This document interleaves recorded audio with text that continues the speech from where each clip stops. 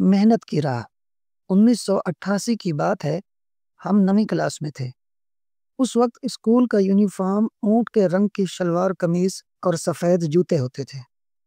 Head master صاحب سختی سے یونیفارم کی پابندی کرواتے تھے اور تمام طلبہ یونیفارم میں ہوتے، سوائے چند ایک کے جو مالی حالات کی وجہ سے ایسا نہ کر پاتے۔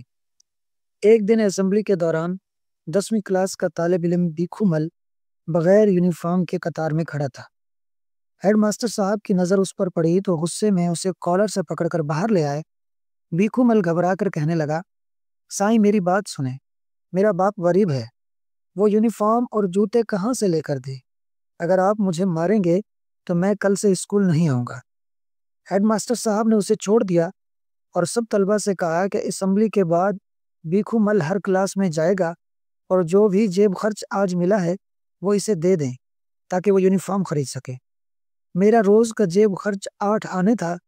میں نے سوچا کہ آج سموسہ نہیں کھاؤں گا اور اپنی رقم بیکھو مل کو دے دوں گا، مگر جیسے ہی ہماری کلاس میں بیکھو مل آیا، ہمارے استاد فقیر محمد حیات حسبانی نے سختی سے منع کر دیا، کوئی اسے پیسے نہیں دے گا۔ پھر بیکھو مل کی طرف دیکھ کر بولے، شرم نہیں آتی؟ غربت کی آڑ میں بھیک مانگو گے؟ واپس جاؤ اور سب کو ان کے پیسے لوٹا دو، یونیفارم میں تمہیں لے کر دوں گا۔ بیکھو مل نے سب کو رقم واپس کی۔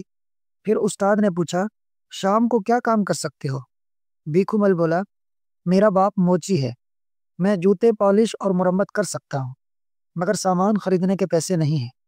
استاد نے پوچھا، کتنے پیسے چاہیے؟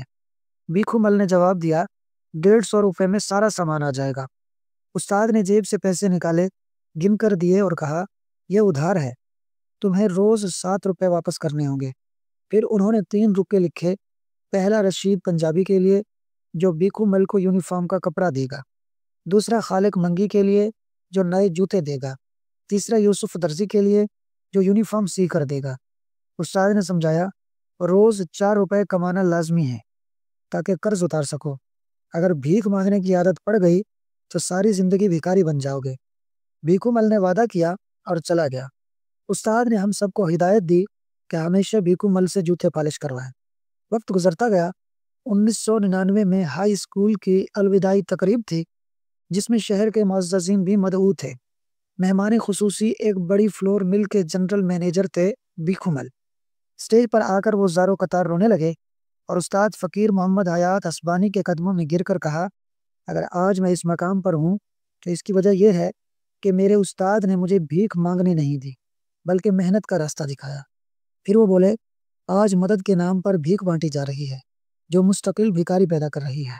ہمیں ایسے مرد کلندر استادوں کی ضرورت ہے جو لوگوں کو محنت کی راہ دکھائیں۔